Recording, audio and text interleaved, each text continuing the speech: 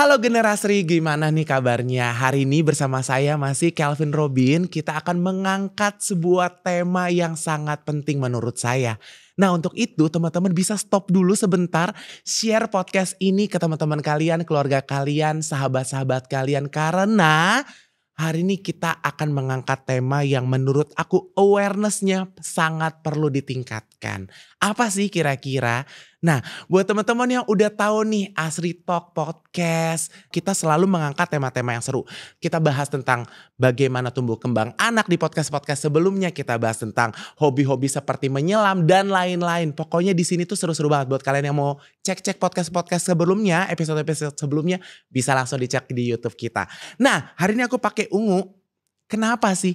Karena hari ini tepat kita memperingati 16 hari anti kekerasan terhadap wanita ataupun perempuan dimulai 25 November sampai dengan 10 Desember. Aku akan tunjukin di layar TV kita nih ada sebuah data.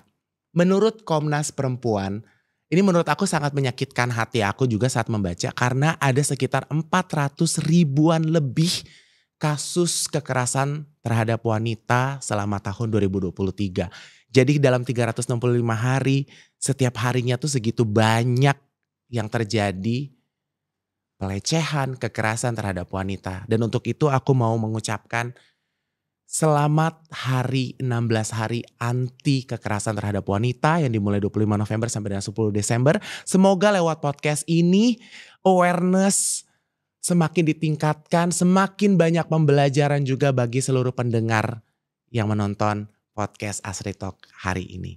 Oke, hari ini aku gak akan sendirian karena aku akan ditemani oleh narasumber yang menurut aku sangat tepat sekali berada di sini. Seorang model, seorang aktor, aktivis juga. Aku nonton film waktu itu Aruna dan Lidahnya. Langsung aja kita sambut, inilah Kak Hana Al-Rashid. Kenapa Kak? Langsung ngakak banget ya? Malu banget. Apalagi model. Makanya langsung gue. Enggak ya? Apa lebih ke guru pencaksilat kayaknya ya Kak? Oh enggak ya? Sebenarnya iya, lebih kayak itu sih. Aku lihat sebenarnya VT-nya gitu kan, di video-videonya lagi pencaksilat. Aku kayak ini banyak ya yang digeluti ya. Sering juga baca-baca buku sampai dengan rekomendasi buku, betul ya? Sampai giveaway bukunya juga banyak di Instagramnya. Nah tapi hari ini kita bukan bahas itu ya Kak ya. Yes. Hari ini kita bahas sebuah topik yang menurut saya udah sering diangkat tapi masih perlu di-boost. Gitu ya, kita mengangkat tentang ruang aman, lingkungan aman terhadap wanita. Tapi sebelum ke sana Kak, boleh tahu gak sih kesibukan seorang Kak Hana tuh belakangan lagi ngapain sih Kak? Seperti biasa, syuting, trying to be creative, itu aja sih. Seperti biasa membantu kawan puan, itu adalah campaign yang aku bantu initiate dengan Kita Bisa, di mana memang itu menjadi safe space untuk teman-teman korban atau penyintas kekerasan seksual, dan kita terus berusaha untuk mencari dana dan menggalang dana untuk membantu memprovide service-service kepada korban siapapun yang mereka butuhkan. Jadi masih menjalankan itu. Aku menarik sih dan tertarik terhadap kawan puan karena aku sempat lihat juga beberapa video kakak tuh kayak ngumpulin banyak orang, kayak duduk dengan santai ngebahas topik yang menurut aku sangat sensitif tapi juga perlu untuk dibahas gitu kan, tentang perempuan ini bagaimana. Dan aku melihatnya kita kayaknya nanti perlu bahas lebih dalam sih Kak, karena aku yakin dan percaya teman-teman di rumah nih pasti perlu tahu lebih dalam seperti apa sih kawan puan dan kerjasama dengan kitabisa.com itu, benar ya Kak ya.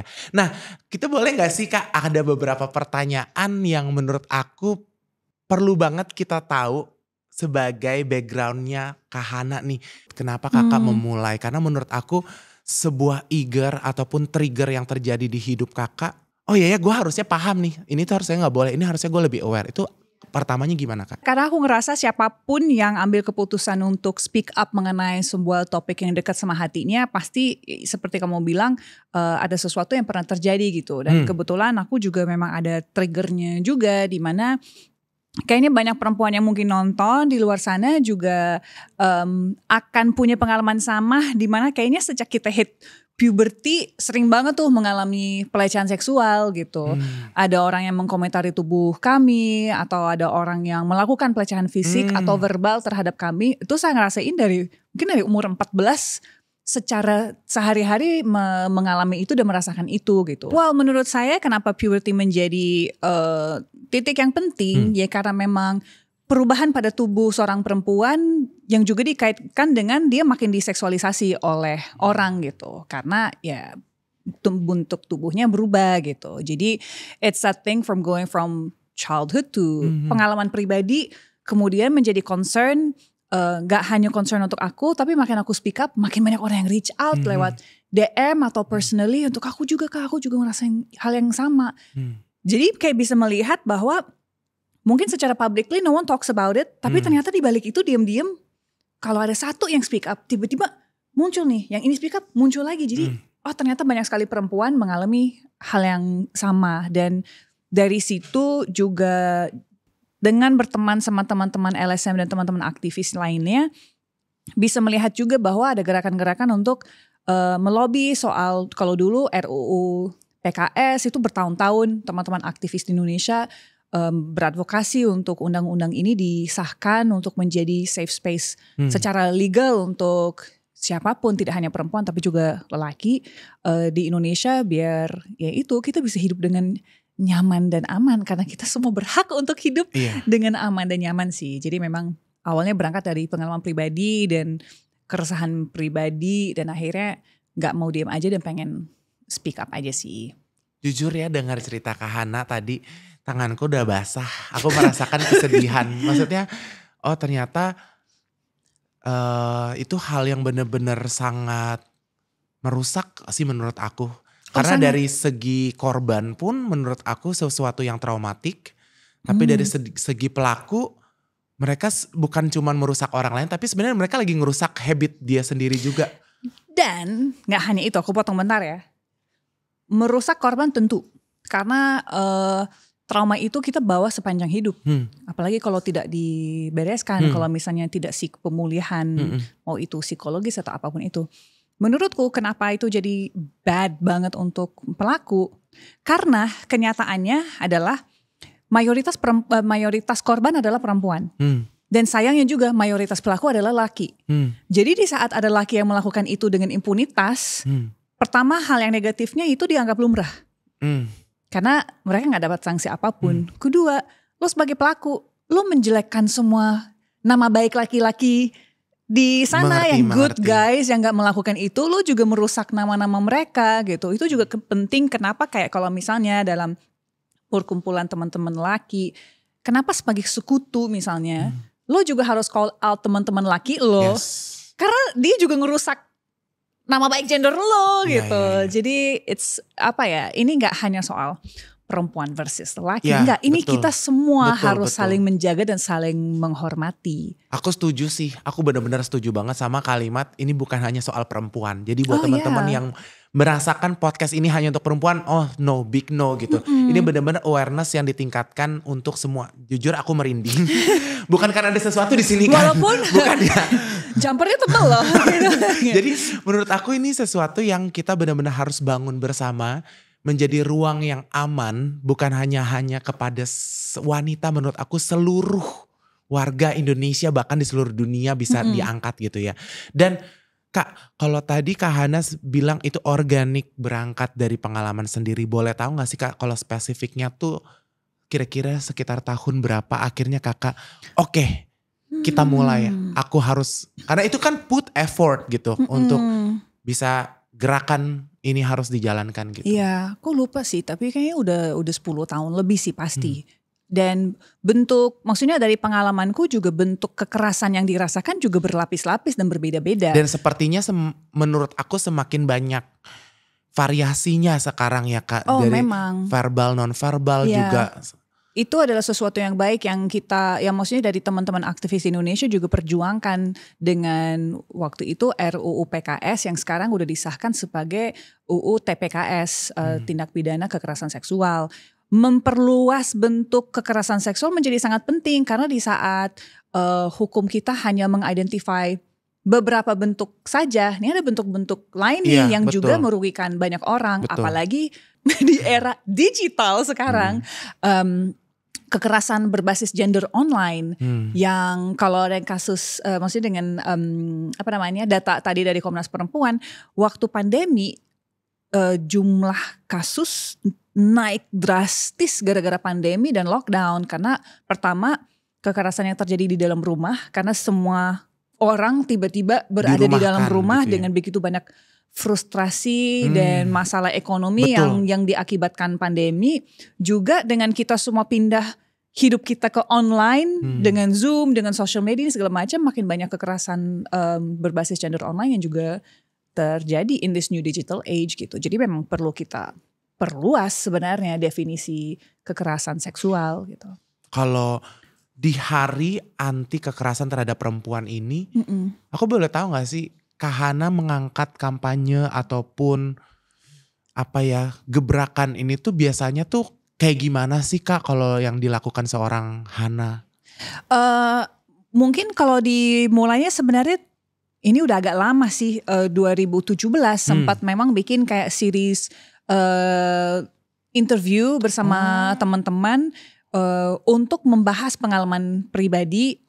Mungkin teman-teman bisa cek. Intinya dulu mengajak teman-teman dekat untuk membahas isu ini dan ternyata di saat dikumpulkan waktu itu 16 hari berarti 16 episode dengan 2 orang. Jadi agak banyak nih orangnya gitu. Dan ternyata di saat duduk bareng berpasangan dan membahas isu ini dengan pertanyaan yang sama, kalau dilihat seriesnya secara keseluruhan, kita bisa melihat bahwa setiap individu punya connection to violence, tapi dengan cara yang berbeda.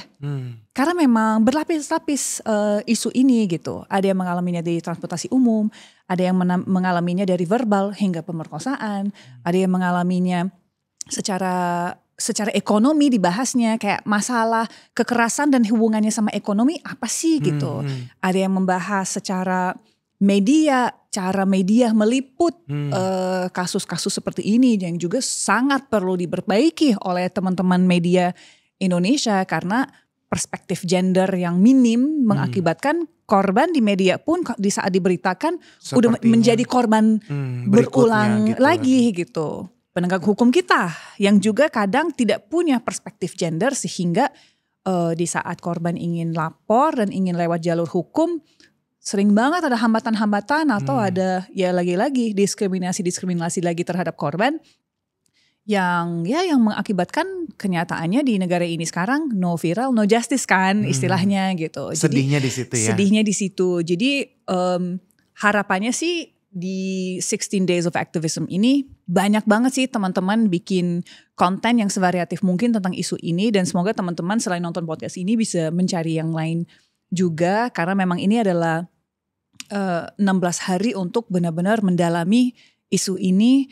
Selain memahami isunya, kita juga bisa tahu apa yang kontribusi kita apa secara individu, apa yang gue bisa lakuin untuk membantu. Kalau ditanya tujuan Kak Hana aktif menyuarakan ini kita udah tahu ya, karena pengalaman pribadi yang menurut Mbak Hana juga menjadi concern yang harusnya diketahui publik untuk menjadi sesuatu yang ini tuh penting gitu. Nah itu kita tahu nih behind the story-nya lah ya. Nah tapi Kak ada gak sih cerita ataupun sharing ke kita nih yang Mbak Hana tahu nih dampak yang sampai orang tuh setelah ini kan tadi kita ceritanya yang sudah lalu ya. Tapi yang dampaknya sampai sekarang tuh ada gak sih Mbak kayak gimana korban ataupun mungkin pelaku atau korban seperti apa gitu? Ya banyak sih dan memang dampak terhadap korban juga berlapis-lapis yang berbeda-beda. Mungkin yang saya rasakan efeknya dengan kekerasan seksual yang saya alami belum tentu hal yang sama atau rasa yang sama yang dirasakan oleh korban yang lainnya gitu. Dan itu juga yang kita harus paham bahwa setiap orang secara psychological, secara physical, secara spiritual akan bereaksi berbeda-beda terhadap sebuah kasus gitu. Tapi yang jelas kita harus menganggap serius dan kita harus anggap valid apapun reaksi mereka begitu. Saya termasuk orang yang misalnya dengan kekerasan seksual yang saya ngalamin di lokasi syuting nih misalnya. Ada 2 kasus yang jaraknya lumayan jauh, tapi dua-duanya ternyata aku punya reaksi yang berbeda terhadap dua-duanya. Karena pada saat itu memang mungkin pengetahuan saya tentang pelecehan seksual juga belum sedalam sekarang. Jadi di saat yang pertama kali terjadi, risih dan ini, tapi mungkin belum pakai kata oh ini pelecehan seksual, karena tahu nggak nyaman dan tahu ini nggak oke. Tapi untungnya juga pada saat itu saya juga dibantu sama ada aktor lelaki yang kayak membela saya. Jadi ada support nih. Sementara di yang second time itu terjadi, saya tahu betul bahwa itu adalah pelecehan seksual dan saya berusaha untuk melaporkan itu. Tapi kemudian menghadapi beberapa dinamika relasi kuasa karena orang ini, sehingga kasusnya in the end tidak bisa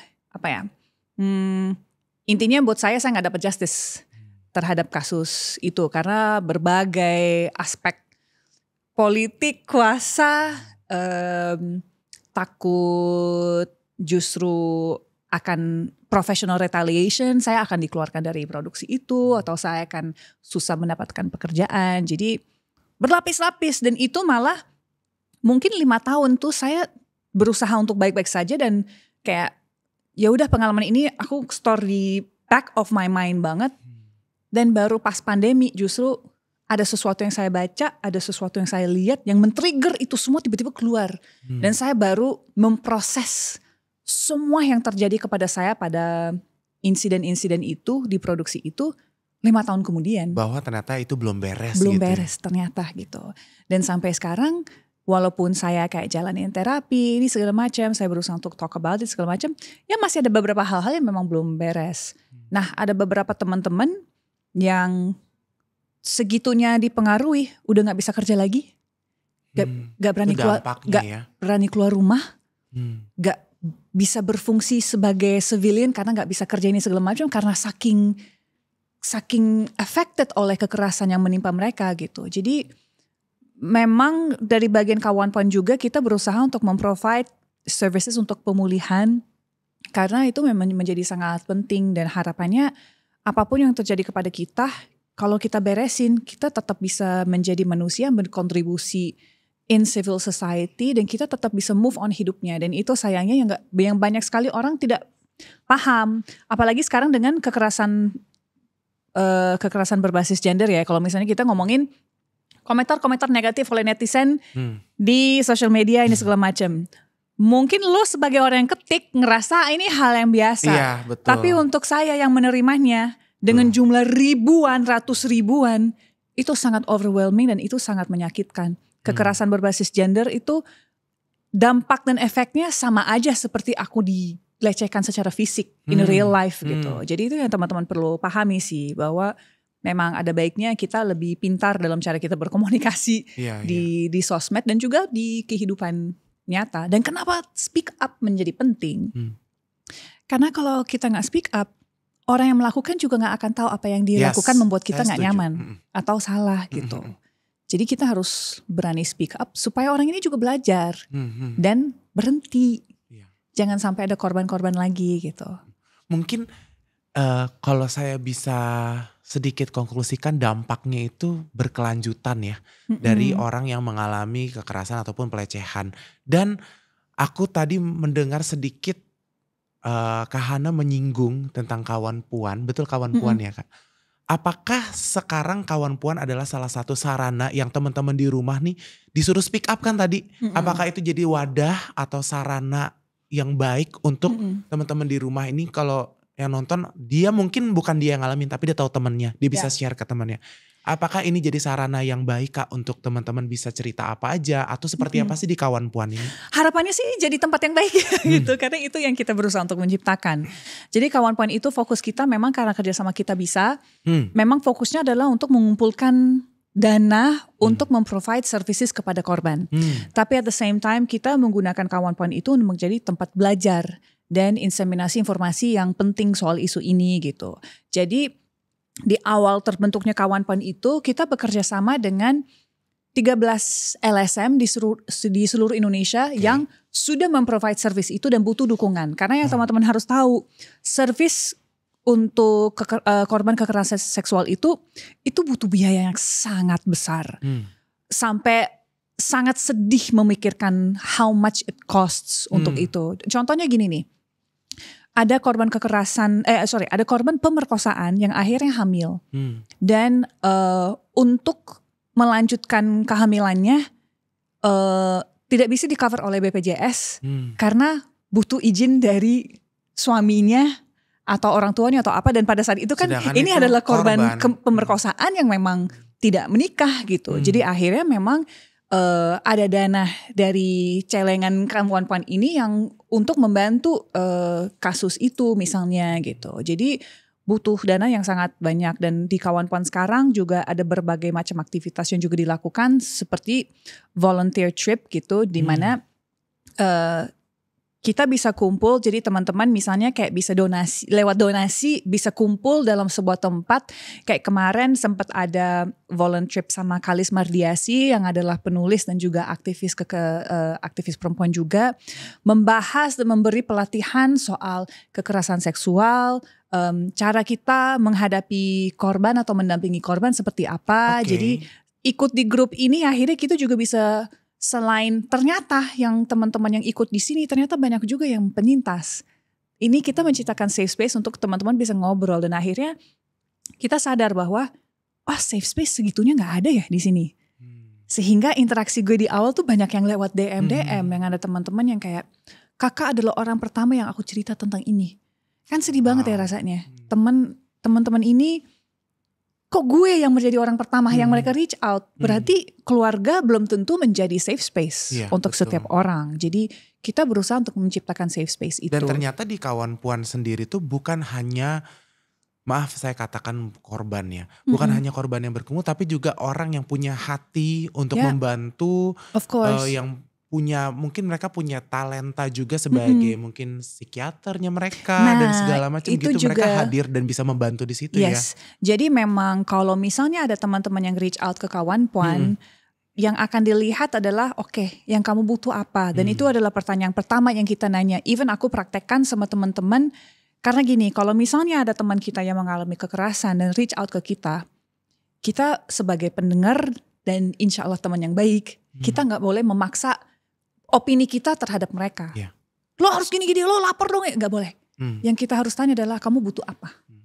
Dan baru kita mendukung dengan pertanyaan itu.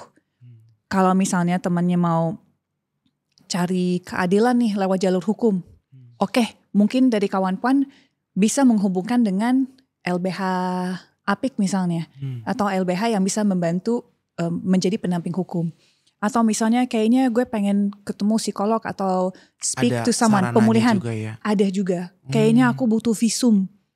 Ada juga. Jadi memang kita di Kawan Puan tuh gak mau sok kita yang ahli. Gak. Kita udah tahu, udah ada nih ahli-ahli ini yang sangat butuh support. Wadah. Jadi kita mendukung mereka. Karena at the end of the day, mereka yang ada di garis depan, mereka yang profesionalnya di bidang itu. Exactly. Jadi ini jadi sarana gitu ya kayak. Exactly. So bentuk bantuannya banyak, ada rumah aman juga, karena yang misalnya teman-teman yang mengalami KDRT, tentunya mereka butuh safe space away dari pelaku di rumahnya, dan itu butuh biaya yang cukup besar untuk tidak, kan kadang ada korban seorang istri, seorang ibu yang punya anak 4, jadi anak 4 ini juga harus dibawa ke rumah aman. Dan biasanya kalau punya anak 4 gak kerja lagi biasanya di luar ya, udah jadi full time ibu rumah tangga. Jadi bagaimana caranya juga untuk selain udah ditempatkan di space yang aman, mungkin juga sekalian dibantu pelatihan, pendampingan hukum,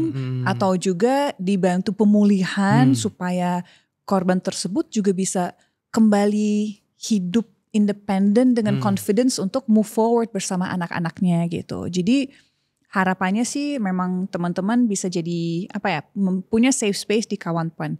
Di luar itu banyak sekali loh organisasi yang lain. Misalnya kayak carilayanan.com adalah website yang teman-teman harus banget tahu, karena Carilayanan.com sesuai namanya adalah tempat untuk mencari layanan apapun Apa aja yang bisa dilihat dibutuhkan. di situ Dan ya. itu bisa dilihat secara geografis. Jadi misalnya kamu di kota Semarang nih, kamu butuh bantuan hukum. Nah bisa dicari tuh dekat kamu ada siapa aja. Atau butuh safe house atau butuh apa, itu bisa dicari tuh organisasi-organisasi. Kawan Puan sendiri sekarang ada di mana dan gimana cara reach out-nya? Apakah hanya di Instagram atau ada websitenya atau kayak gimana? Sekarang memang paling baiknya lewat Instagram, Instagram Kawan Puannya. Kawan Puan gitu ya. Mungkin nanti boleh dibantu munculin ya. Nanti dimunculin deh Oke, gitu. oke. And karena Kawan Puan sekarang udah bekerja sama dengan lebih dari 30 organisasi di seluruh Indonesia, semoga sih bisa dihubungkan dengan organisasi yang paling tepat untuk membantu kamu di kota kamu lewat Kawan Puan gitu. Wah. Kalau aku cuma mau bilang gini, makasih ya. Udah jadi orang yang berani. Aku jujur terharu sih. Aduh mau nangis. Aku kemarin nangis soalnya. Kemarin pas kita ini. Karena menurut aku ini sesuatu yang merusak generasi, sesuatu yang menghancurkan sebuah bangsa. Tapi bukan ditindaklanjuti oleh orang-orang yang menurut aku harusnya mereka lakukan itu. Tapi kakak mau ambil gitu. So thank you. Lo nangis gue nangis sih. Gak boleh nangis. Kemarin tuh kayak baru sadar. Diingetin sama teman-teman Kawan Puan. Ini berjalan udah 4 tahun. Dan dibantu dengan banyak sekali inisiator lain. Kalis Mardiasi, Gita Savitri, Adinia Wirasti, Cinta Laura. Banyak banget teman-teman yang juga menjadi ikon Kawan Puan gitu. Dan kita udah membantu, I think it was 1,000 korban lebih. Wow.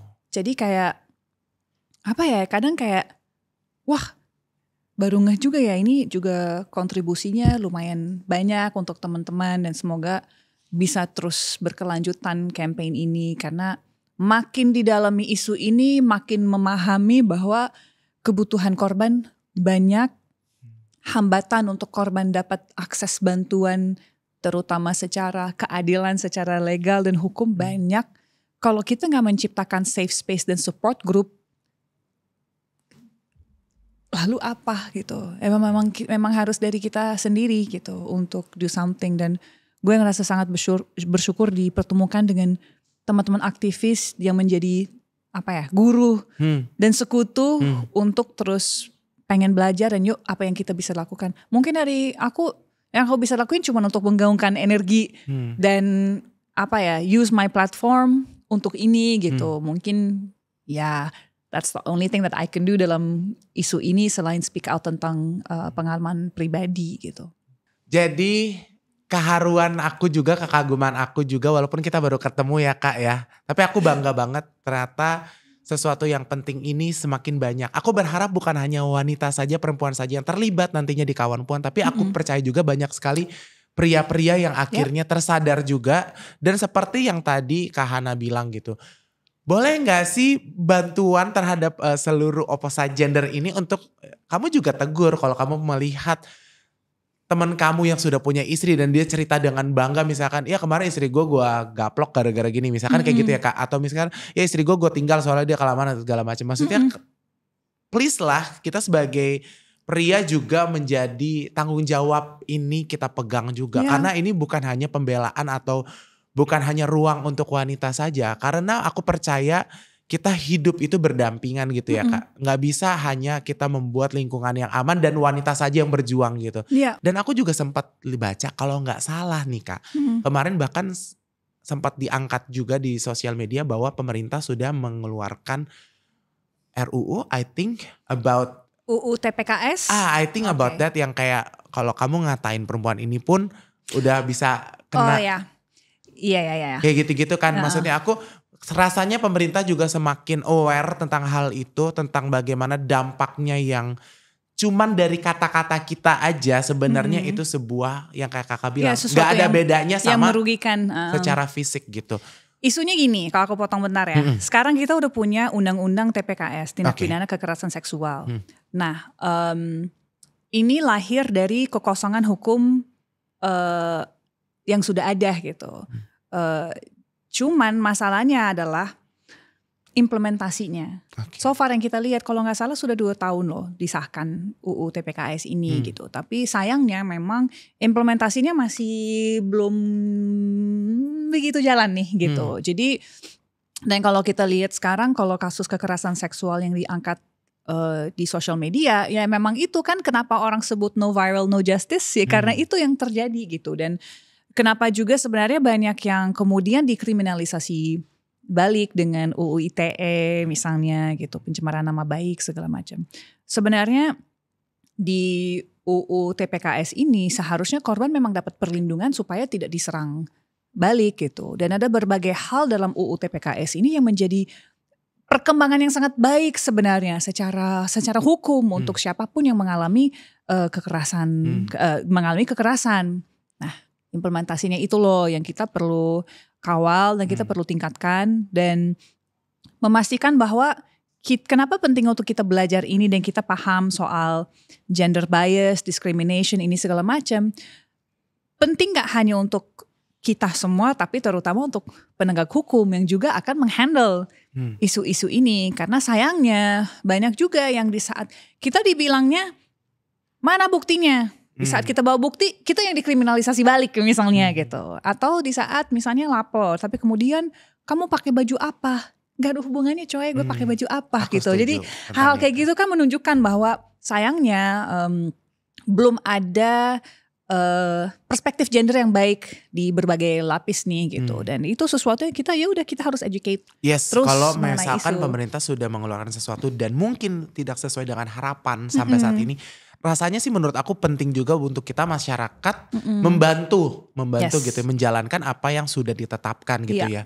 Dan seperti yang tadi kakak sempat singgung tentang kehamilan di luar nikah atau pemerkosaan gitu ya kak. Aku juga sempat baca nih. Itu 2 hal yang berbeda ya? Iya, maksudnya aku kayak kemarin tuh sempat ada juga informasi bahwa kalau aku nggak salah ya, bahwa sudah dilegalkan untuk wanita bisa melakukan aborsi. Itu sebenarnya dari dulu sudah Oke. ada sebenarnya. Oke. Cuman memang nggak tahu kenapa kemarin Terangkat lagi ya? diangkat lagi. Tapi memang dari dulu korban pemerkosaan memang berhak untuk akses aborsi. Karena Dan aku sebagai orang awam jujur kayak kemarin itu hal baru buat aku. Nah, Berarti dari kan dulu sesuatu sebenarnya hal udah ada. yang perlu semakin diangkat nih. masalahnya adalah gini. Oke. Di saat itu terjadi, Hmm. realitanya yang ini yang saya tahu dari teman saya Di aktif lapangannya yang aktivis yang mendampingi korban.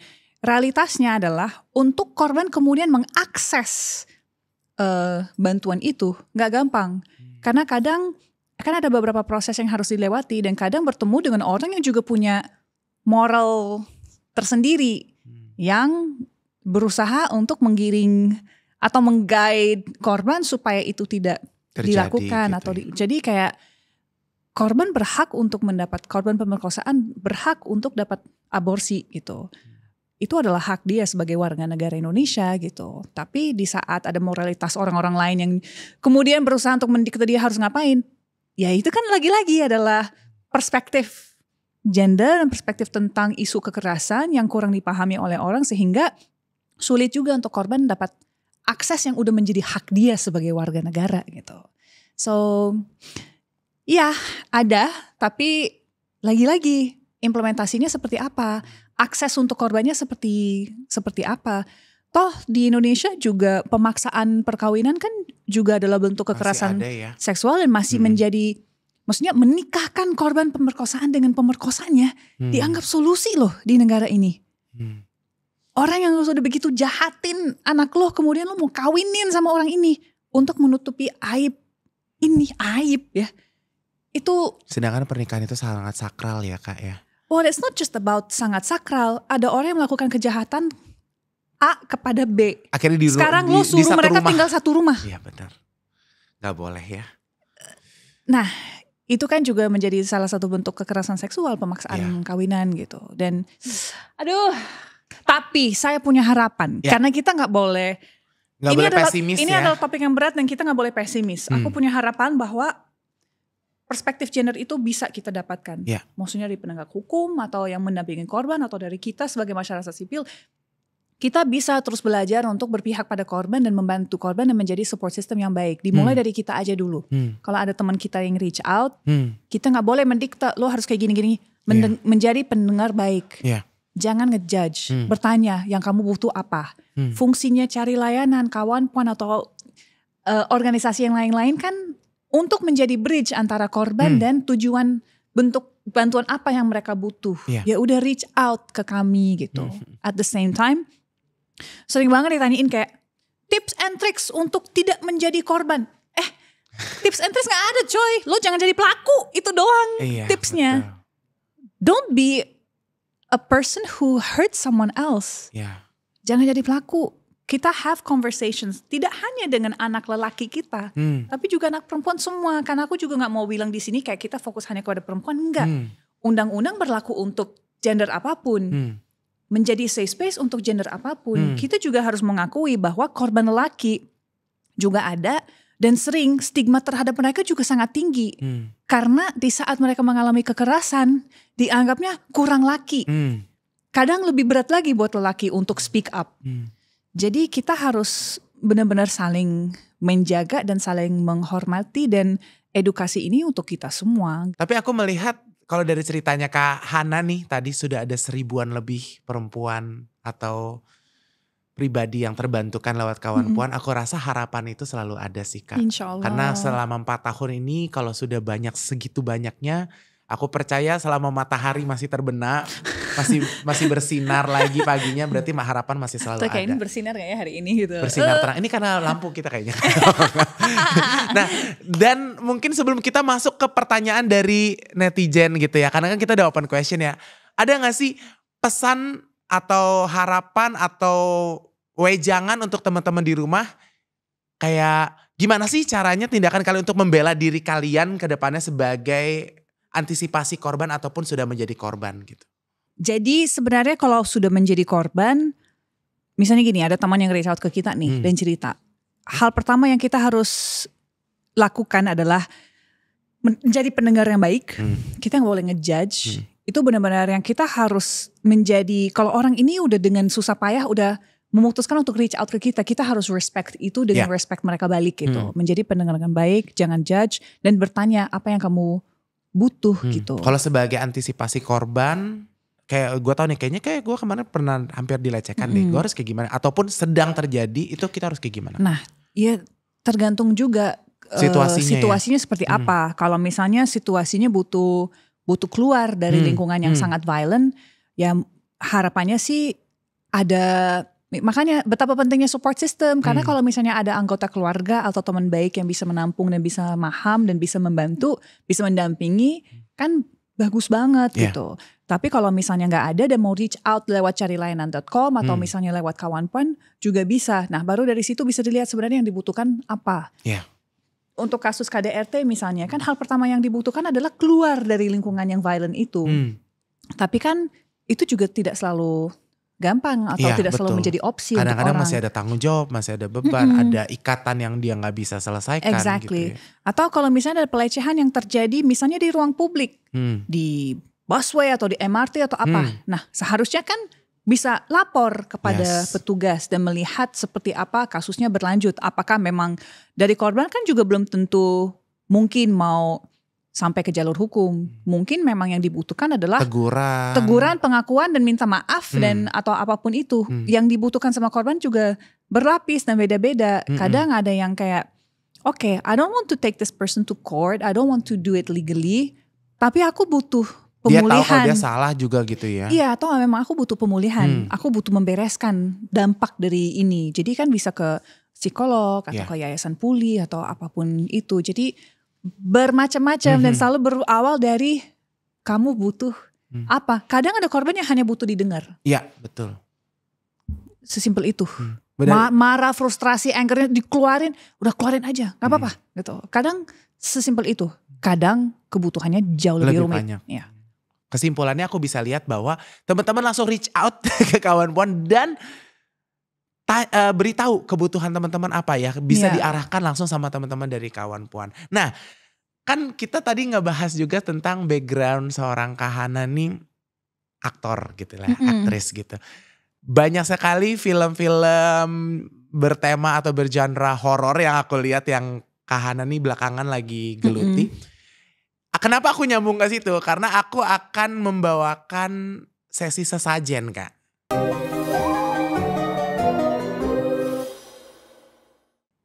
Sepil suara netizen. Gitu. Kayak, cantik kan? Cantik. Masuk ya sesajen. Bagus, Sepil bagus. suara netizen. Ada pertanyaan dari netizen yang masuk nih ke aku nih ya. Aku mau baca satu. Jangan ketawa dulu, ini serius loh. Namanya sesajen. Kayak ini Kan kita ini bridging. kemana Kak. nih? Tadi briefing. Hey, bridging. Oh iya. Okay. Cantik kan bridgingnya. Dari Fatih.Abu Farhat. Oke. Apa saja jenis-jenis kekerasan pada wanita selain fisik yang sudah nyata di depan kita? Oke, pertama Fatih terima kasih banyak untuk pertanyaannya. Pertama, tidak hanya wanita ya. Kekerasan kepada siapapun. Wah banyak sekali. Kita udah bahas sedikit tadi, ada pemaksaan perkawinan, pemaksaan kontrasepsi, ada perbudakan seksual, ada pelecehan seksual yang fisik dan non fisik, ada kekerasan berbasis gender online, ada pemerkosaan, banyak sekali. Dari Irene Wantania, gimana cara membela diri ketika kita berada di situasi kekerasan tersebut? Tadi udah sempat dibahas ya. Iya, tapi ini juga menjadi sangat complicated gitu, karena sebenarnya kan ada beberapa cara untuk kita membantu korban juga, misalnya. Kalau kita melihat ada perempuan atau lelaki yang lagi di-harass di ruang publik, ada nih beberapa hal yang kita bisa melakukan, kayak misalnya distraksi atau kita nyamperin, are you okay? Atau maksudnya melapor, atau kan banyak. Tapi itu semua kita harus lihat situasinya seperti apa. Iya betul. Saya sih intinya pengen bilang, teriakin balik atau lawan gitu. Karena sebenarnya nggak ada manual booknya ya kalau menurut aku. There isn't a manual book, because every situation berbeda gitu. Saya mau bilang lawan, juga harus pikir dulu. Kita nggak bisa tahu lawan mainnya seperti apa kalau dia tiba-tiba. Kalau aku sih nekat aja lawan, dan memang dulu aku lawan sehingga memang akhirnya menjadi agak bahaya buat diriku juga. Tapi aku senekat itu. Nah, belum tentu semua perempuan bisa melakukan itu. Jadi ada sih beberapa cara. Kalau misalnya kalau catcalling, aku sih harapannya lawan ya. Maksudnya norak lupa atau itu pelecehan seksual, langsung diteriakin aja biar orangnya malu gitu. Tapi tentunya kan kita harus lihat situasinya seperti apa. Kalau kekerasan terjadi di dalam rumah misalnya, harapannya sih aku juga tetap pengen bilang lawan, tapi belum tentu itu menjadi sesuatu yang aman pada saat itu. Jadi harapannya sih memang ada teman untuk cerita supaya ya udah solusinya apakah memang perlu keluar dari rumah ini atau institusi pendidikan ini. Kalau misalnya itu terjadi di dalam institusi pendidikan, itu menjadi ranah institusi pendidikan tersebut untuk menciptakan lingkungan yang aman. Jadi seharusnya bisa dilaporkan. Apalagi dengan sekarang ada permen Dikbud yang soal kekerasan seksual juga di kampus atau di institusi pendidikan yang lain. Kita sebagai bystander menurutku juga seharusnya kita punya keberanian untuk juga menegur kalau misalnya kita melihat sesuatu. Jangan diem aja. Jangan membiarkan korban merasa bahwa dia sendiri. Enggak, ayo stand up juga buat orang itu. Kadang tuh ada orang yang suka foto atau videoin atau viralkan gitu. Nah itu juga sebenarnya kalau tanpa persetujuan dari korban, itu juga gak baik gitu. Jadi itu bisa disimpan untuk bukti jika dibutuhkan untuk proses segala macam. Tapi kalau ngasal spill itu juga merugikan korban. Jadi kalau korban consent ya gak masalah. Jadi banyak sih.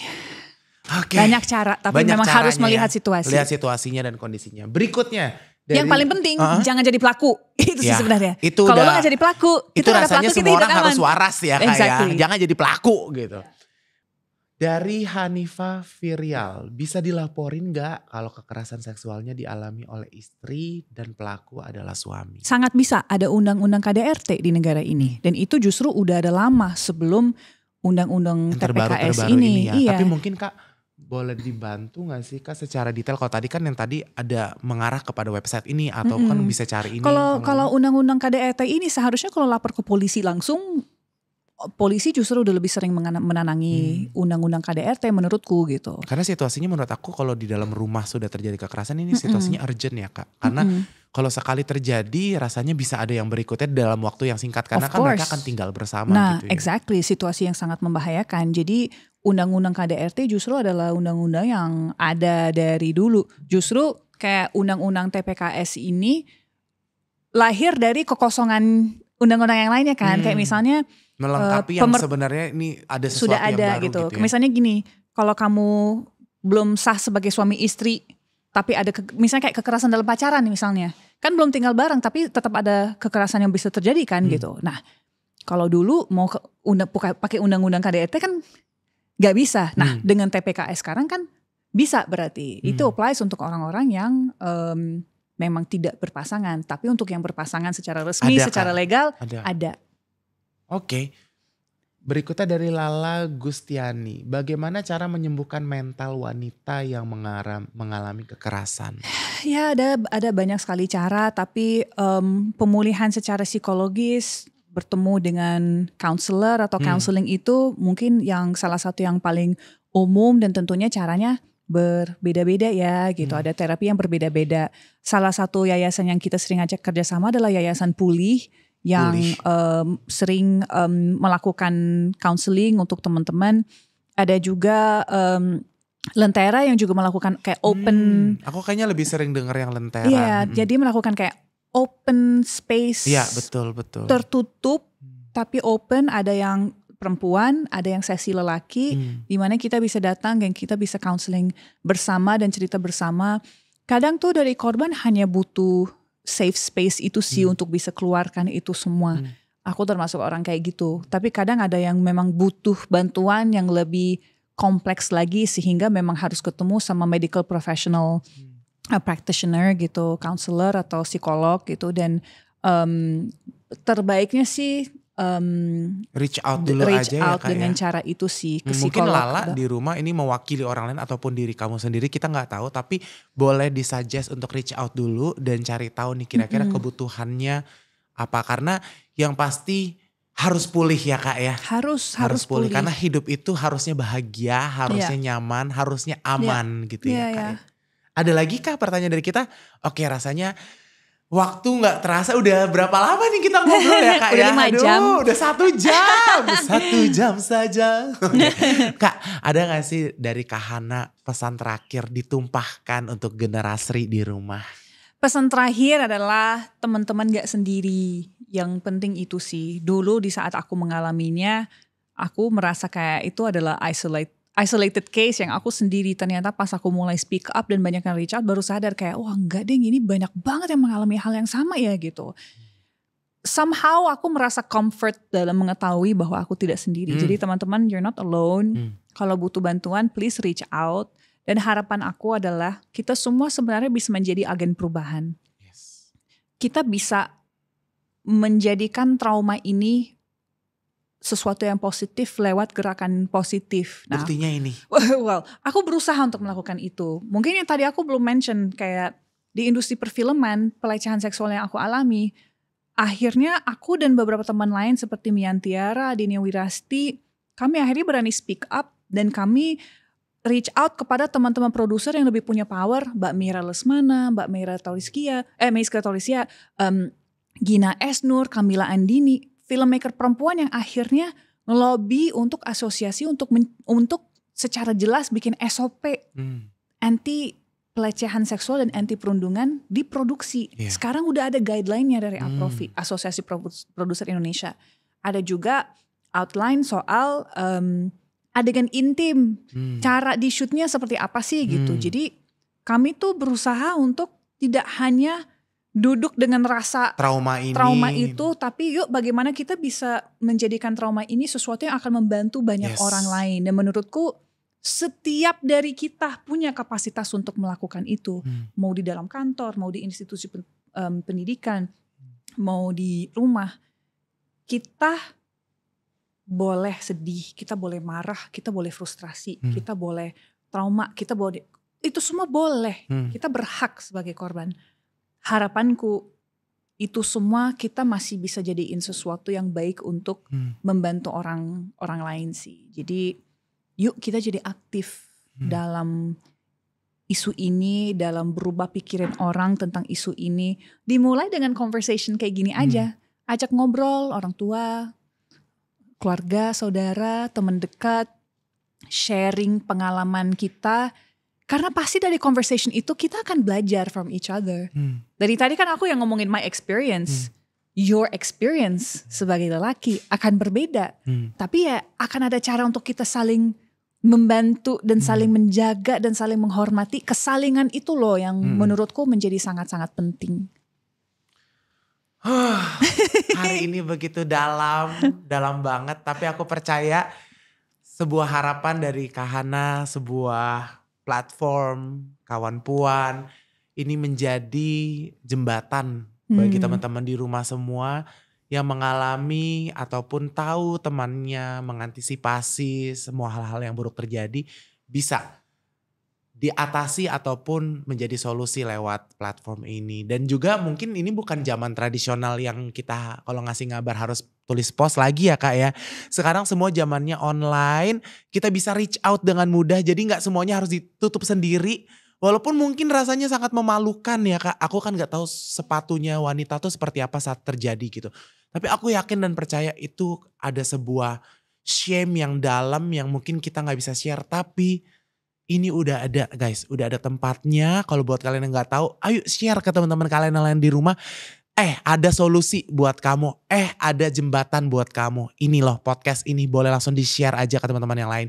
Terima kasih banyak. Thank you. Kahana, seru banget. Aku berharap platformnya makin besar, makin membantu banyak orang, makin banyak orang baik didekatkan untuk membantu juga. Karena aku yakin dananya gak sedikit.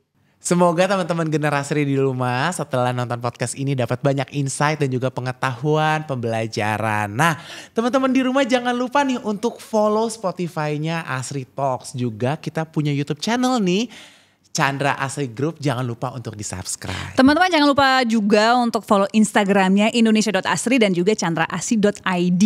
Dan katanya di websitenya juga suka lagi ada challenge. Iya makanya. Hadiah tiap bulan di websitenya namanya indonesiaasri.com. Oke, itu aja dari kami. Thank you banget saya Calvin Robin bersama dengan Kahana. Thank you so much Kak udah mampir di Asri Talk Podcast. Semoga teman-teman di rumah kita jumpa lagi di lain kesempatan. Bye-bye. Thank you.